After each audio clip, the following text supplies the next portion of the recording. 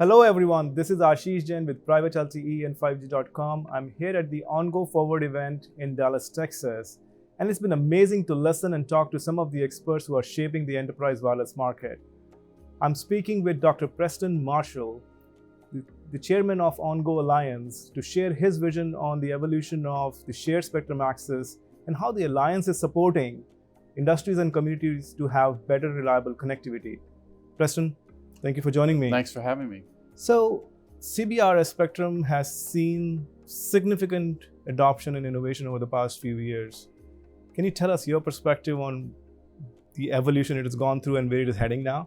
Well, I think we had a couple epochs. We went through our first epoch, which was basically moving fixed wireless in. And that was really convenient because that happened right during the explosion of bandwidth demand during COVID. So it was really good that we were ready to enable all of these wireless providers to really expand their offerings. So that was kind of the first phase. Then we had to have new communities think about the idea of running their own cellular networks. And it's kind of a new idea. We think of cellular networks as the big guys. And now we're saying basically anyone can have it, a school, a library. Certainly during COVID, we saw a large expansion of anchor institutions coming in and setting up networks to serve underserved or poorly served areas, to leverage municipal assets in ways that they couldn't do, particularly to support distance learning. And now, I think in our third epoch of deployment, we start to see industry starting to look and think about where it fits. Industry has a longer planning cycle. There's more of a supply chain concern. So it took a while, but now we really focus on enabling instrumentation, telemetry, robotics, all of those functions in the modern Industry 4.0.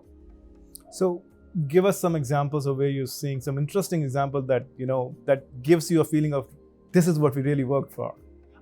Let's see. Well, yesterday we had a great talk by someone doing automated driving within industrial plants, between them, some remote driving, some autonomous driving, setting up all the instrumentation.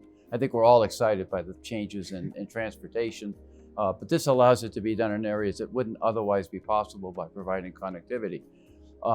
Heartland came in and talked about smart agriculture and ability to make use of a lot of the rural infrastructure, like putting CBRS on top of water towers, to really allow middle America, physically middle America, to get a lot more bandwidth. It sometimes gets overlooked, but there's an opportunity for communities to do that. Smart agriculture is clearly one of the big growth areas we're seeing. And now we start to look at much of the mission that people thought about as 5G and assumed would be public networks. People now have the chance to make it or buy it decision. In some cases, they want to own it. It's a capital asset. It's integral with their machinery. They have that option. In other cases, they'll want to use our MNO members and the public networks. But it was an option that never existed before and is very, very unique to the United States. I mean, we have a unique opportunity to rethink.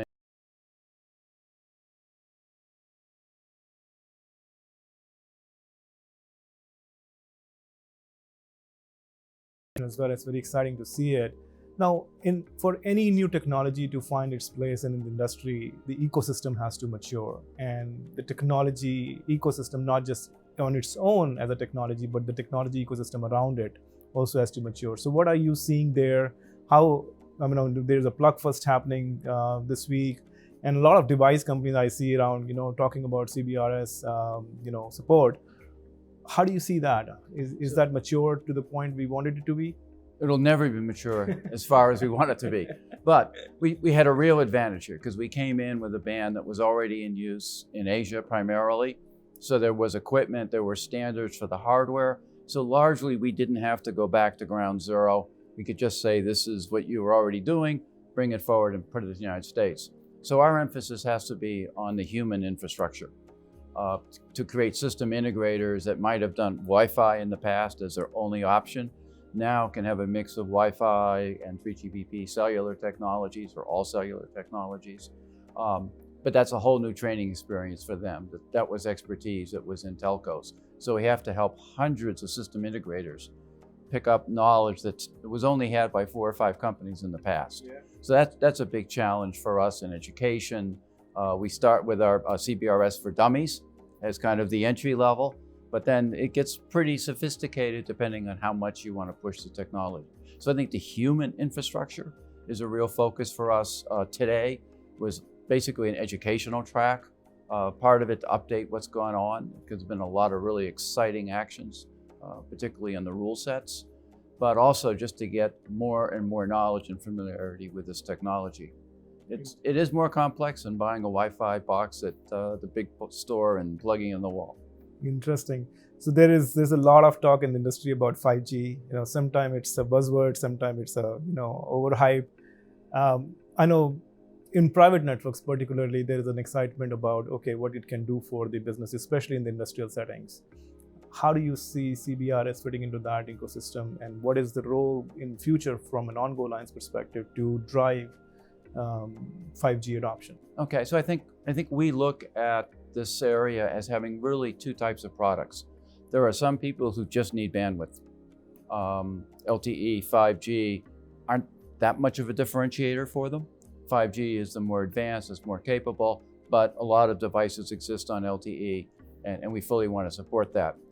On the other side, 5G introduced a whole pile of really unique features to allow people to integrate with the cellular network. So in the past, cellular network was whatever you got. In 5G, you can tailor it. So you can have the robots running the floor of your warehouse on a very, very fast, very responsive, assured response time. Whereas battery status can sit something else. You're never going to get a battery status message cause a robot to crash because it didn't get its instructions. So that ability to fine-tune the network, particularly for people who are managing things that move or equipment that cuts or anything that's critical, we have the opportunity now to do.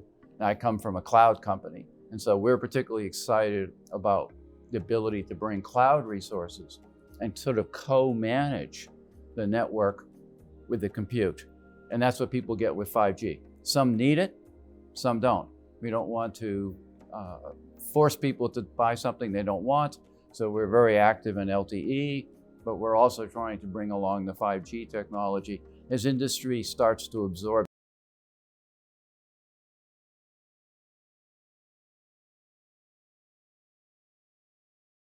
Part in making or breaking any technology actually get a penetration. I know this is shared spectrum access is one of the things that got a good support from the government to begin with in the United States, and something very unique. And a lot of other governments have now started to follow some similar models, whether they're putting it in a shared mode or some other mode. Where do you see the gaps in the regulations right now, or what has been supported right now, and where do we see the gaps that still needs to be solved to really expand the adoption of shared spectrum? Okay, so clearly CBRS was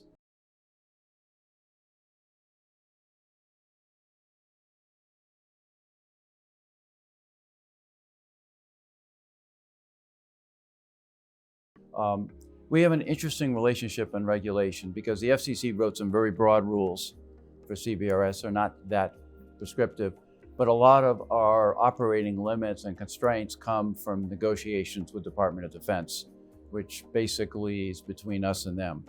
And so we started out with a set of rules 4 years ago. We found some of them were blockers for some of the use cases people wanted to do.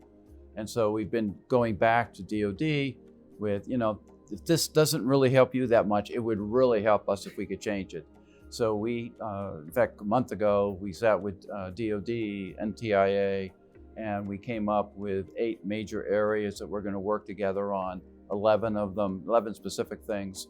We reported out to the membership today that 3 or 4 of them are essentially done deals. We're already ready to implement them, or they are implemented, and the others are in various states of cooperation. But in the last 5 or 6 months, I think we've really developed a much closer relationship with the federal government as it sees that it needs to be a partner in CBRS. It's not one and done. It's not just write a set of rules and go away, but it's a matter of interacting. If they're having issues, then we need to help fix it. On the other hand, if we're hitting constraints, and they can relax their rules or shift things. We made some deals with them in Hawaii to get Hawaii up, because we can't deploy our own systems as fast because of the Maui wildfires. So in order to get us time, they've agreed to use this channel and that channel, so we can get CBRS up and running in Hawaii. So it's becoming really a synergistic relationship. And that itself is kind of new to people. Spectrum rules are written and they become US code and people go off and do it. Here we have to be interactive, and I think I called that in an event a couple weeks ago, CBRS 2.0.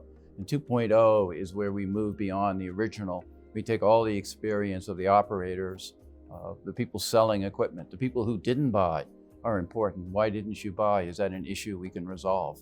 And we brought them back to the government, and they have been extremely flexible in listening to us. That's so encouraging to hear.